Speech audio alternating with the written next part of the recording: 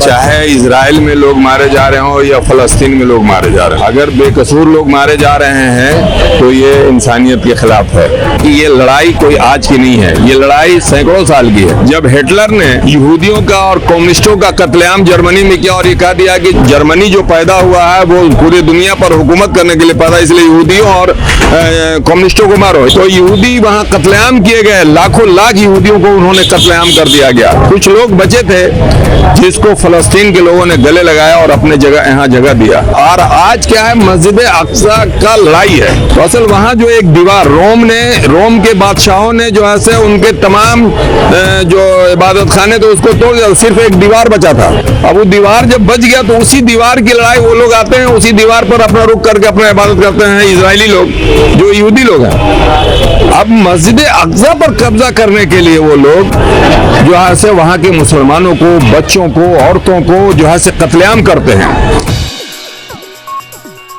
आप हैं बिहार संवाददाता के साथ और मैं हूं मनोज चतुर्वेदी। अभी हम पटना के स्टेशन रोड के जामा मस्जिद के सामने खड़े हैं। हमारे साथ और एक मस्जिद कमेटी की हैं। सर नाम बताइए। शहाबुद्दीन मेरा नाम है। शहाबुद्दीन सर, कहाँ तक सही है इजराइल और फिलिस्तीनी मामला, क्योंकि आप बहुत पैनी नज़र रखते हैं। देखिए, चाहे इजराइल में लोग मारे जा रहे हों या फलस्तीन में लोग मारे जा रहे हों, दोनों इंसानियत के खिलाफ है।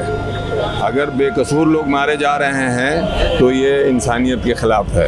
लेकिन पूरे दुनिया की नज़र इजराइल और फ़लस्तीन पर हमेशा, देखिए असल सवाल यह है कि ये लड़ाई कोई आज की नहीं है, ये लड़ाई सैकड़ों साल की है। जब हिटलर ने यहूदियों का और कम्युनिस्टों का कत्लेआम जर्मनी में किया और ये कह दिया कि जर्मनी जो पैदा हुआ है वो पूरी दुनिया पर हुकूमत करने के लिए पैदा, इसलिए यहूदियों और कम्युनिस्टों को मारो। इतिहास को देखिए, सामने रखिएगा तब सारी बात सामने आएगी।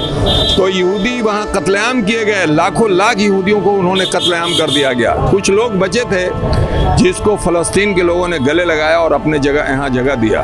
धीरे धीरे वो मतलब दुनिया में इतना पढ़ा लिखा वो लोग तरक्की कर गए। और आज क्या है, मस्जिद अक्सा का लड़ाई है। दरअसल ये लड़ाई जो है वो हमारे तीसरा जो हमारा किबला है, जो सबसे पहला किबला था जब जिसके तरफ रुक करके लोग नमाज पढ़ते थे, उसके बाद काबा शरीफ की तरफ जो है से नमाज पढ़ते रहे। तो असल वहाँ जो एक दीवार रोम के बादशाहों ने जो है से उनके तमाम जो इबादत खाने थे उसको तोड़ दिया, सिर्फ एक दीवार बचा था। और उस दीवार पर एक पत्थर है, जिस पत्थर पर यह कहा जाता है कि उस पत्थर पर पैर जो है से हमारे नबी मोहम्मद सल्लल्लाहु अलैहि वसल्लम ने रखा था। और उस पत्थर को दीवार पर, वो दीवार छूट गया। अब वो दीवार जब बच गया तो उसी दीवार की लड़ाई वो लोग आते हैं, उसी दीवार पर अपना रुख करके अपना इबादत करते हैं इजरायली लोग, जो यहूदी लोग हैं। अब मस्जिद अक्सा पर कब्जा करने के लिए वो लोग जो है से वहाँ के मुसलमानों को, बच्चों को, औरतों को जो है से कत्लेआम करते हैं। तो कितना दिन तक बर्दाश्त करेगा?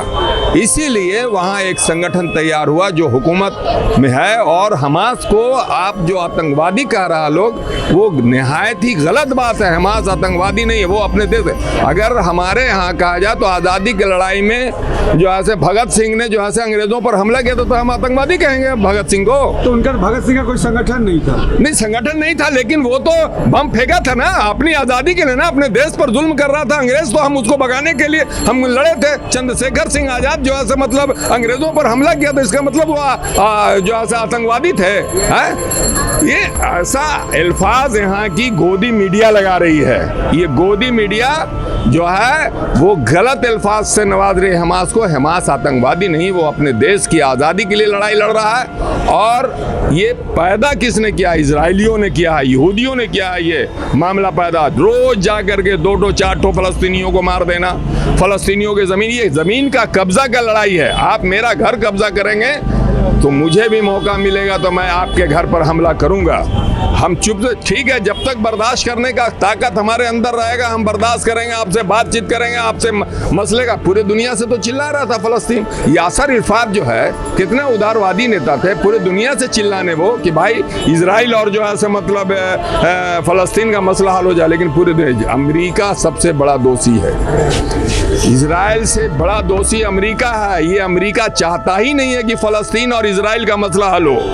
शहजान, आपने बहुत दुनिया देखी है। जब आपने ज़मीन की बात की तो ज़मीन तो हमारा चाइना और पाकिस्तान हमारा भी कब्जा किए हुए हैं, तब तो हमको भी ज़मीन छुड़ानी चाहिए। बिल्कुल बिल्कुल, अगर चाइना ने हमारा जमीन का कब्जा किया तो पाकिस्तान ने भी किया। अब पाकिस्तान से भी हम छीने जमीन, कौन मना कर रहा है? जिस दिन कहेगा मैं आगे बढ़ूंगा सरकार की तरफ से, जो है अगर पाकिस्तान ने जमीन हमारा कब्जा किया तो उस जमीन को जो है मतलब आज हम अपनी जमीन के लिए लड़ रहे हैं ना। कश्मीर हमारा है, कश्मीर भारत का एक अंग है। पाकिस्तान कहता है कि कश्मीर को आज़ाद करो, हम कश्मीर के लिए लड़ेंगे। इसलिए कश्मीर भारत का एक अंग है और हमारा है कश्मीर। और बल्कि वो जो आज़ाद कश्मीर है वो भी कश्मीर को हम लेंगे, आज लें कल लें, जब भी लें लेके रहेंगे। तो ये है पटना की मुस्लिम बिरादरी, जो कि मिसाल हमने दिखाई और हमेशा हम दिखाते हैं कि किस तरीके का भाईचारा है कि आज़ाद कश्मीर जिसे पाकिस्तान कहता है कि हमारा है, नहीं वो तुम्हारा नहीं है, वो हमारा है, इंडिया का है, भारत का है। और यदि सरकार उस पर कब्जा करना चाहती है तो मुस्लिम बिरादरी सबसे पहले कंधे से कंधा मिलाकर सरकार के साथ चलेगी।